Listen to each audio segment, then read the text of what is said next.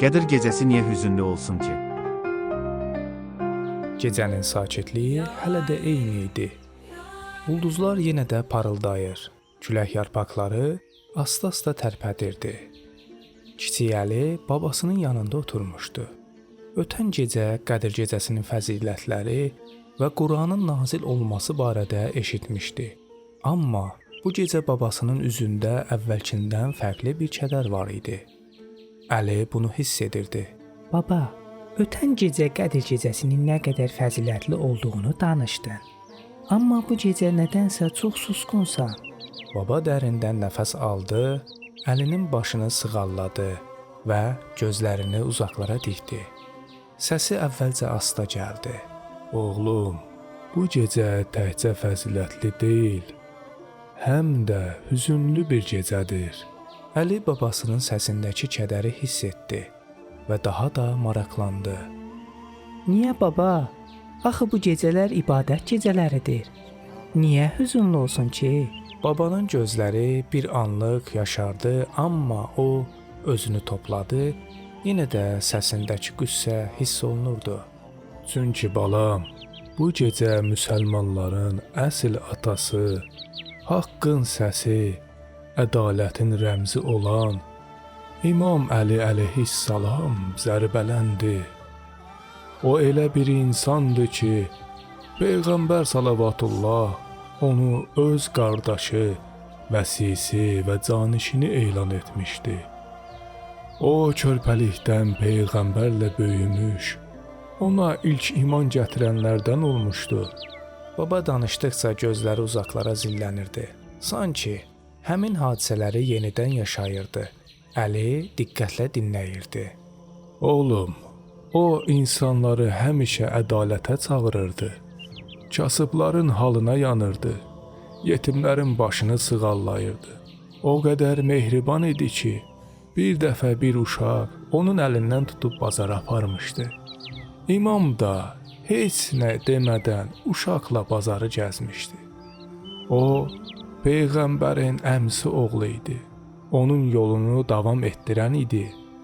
Amma baba bir anlıq sükut etdi.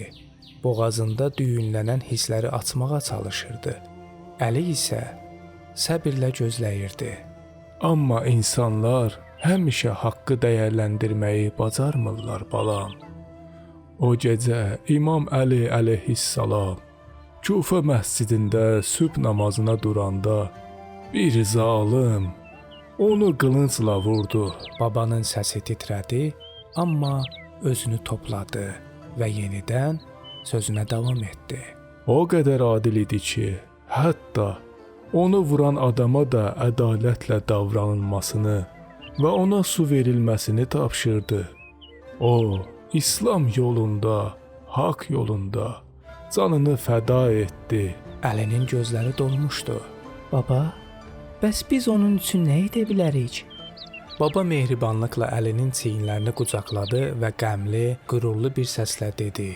Onun yolu ilə gedə bilərik balam. Ədalətli ola bilərik.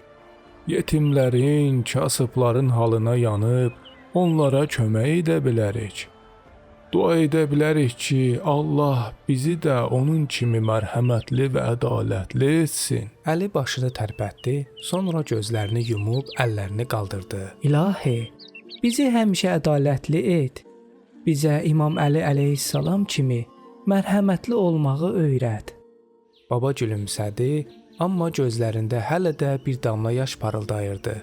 O da əllərini qaldırıb dua etdi. Baba və Əli bir müddət səssizcə səmaya baxdılar. Sonra baba dərin bir nəfəs aldı və Əliyə baxaraq dedi. Əlican, bu hekayəni sənə ona görə danışdım ki, unutmayasan. Biz tariximizi bilməliyik ki, kim olduğumuzu anlayaq. İmam Əli əleyhissalam təkcə bir döyüşçü deyildi. O, hikmətin, ədalətin, mərhəmətin və sədaqətin rəmzi idi. Onun həyatından öyrənəcəyimiz çox şey var. Əli diqqətlə qulaq asırdı. Baba isə davam etdi. İnsan hər zaman ədalətli olmalı, haqsızlığa qarşı durmalı zəifləri qorumağı bacarmalıdır. Heç kəsi incitməməli. Sözlərimizdə və əməllərimizdə doğru olmalıyıq. Bir insanın böyüklüyü onun gücündə deyil, ədalətində və mərhəmətindədir. Əli bir anlıq düşündü və babasına baxaraq maraqla soruşdu. Baba, mənim adım da Əlidir. Bəs niyə məhz bu adı seçdiniz? Baba gülümsədi, amma gözlərində bir duyğusallıq hiss olunurdu. Əlinin başını sığallayaraq dedi: "Bəli, Əlican. Biz sənin adını İmam Əlinin əleyhissalamın şərəfinə qoyduq. Biz istədik ki, sən də onun adını daşıyan biri kimi bu ada layiq olasan." Əli biraz daha diqqətli qulaq asdı, baba isə sözünə yenidən davam etdi. Adı yalnız bir söz deyil, o bir mənadır, bir məsuliyyətdir. Sənin adın Əlidir, yəni sən dürüst olmalısan, ədalətli olmalısan, insanlara qarşı mərhəmətli və yardımsevər olmalısan. Sən adını daşıyan o böyük insan kimi olmağa çalışmalısan. Əli babasının sözlərini qürurla dinlədi və başını tərpədərək dedi: Mən bu ada layiq olmaq üçün çalışacağam, baba. Baba mehribanlıqla gülümsədi və onu qucaqladı. Sonra ulduzlara baxaraq yavaşca pıçıldadı: İmam Əli əleyhissalam bizə bir nümunədir. Onun yolu həqiqətin yoludur. Əziz izləyicilər, bu hekayəni sizə ona görə danışdıq ki, keçmişimizi unutmayaq və gələcək nəsillər üçün düzgün bir yol göstərək. Ədalət, mərhəmət və dürüstlük bizim həyatımızın ayrılmaz hissəsi olmalıdır. Biz hər zaman doğrunun yanında olmalı, zəiflərə kömək etməliyik. İmam Əli əleyhissalam təkcə keçmişin qəhrəmanı deyil, hər zaman bizə yol göstərəcək bir nurdur. Onun həyatını oxuyun, ondan nümunə götürün və öz həyatınızda tətbiq edin. Bu cür maraqlı və maarifləndirici hekayələri izləmək üçün Gün İşığı kanalına abunə olmağı unutmayın. Əziz dostlar, sağ olun, salamat qalın. Gələn dəfə görüşənədək.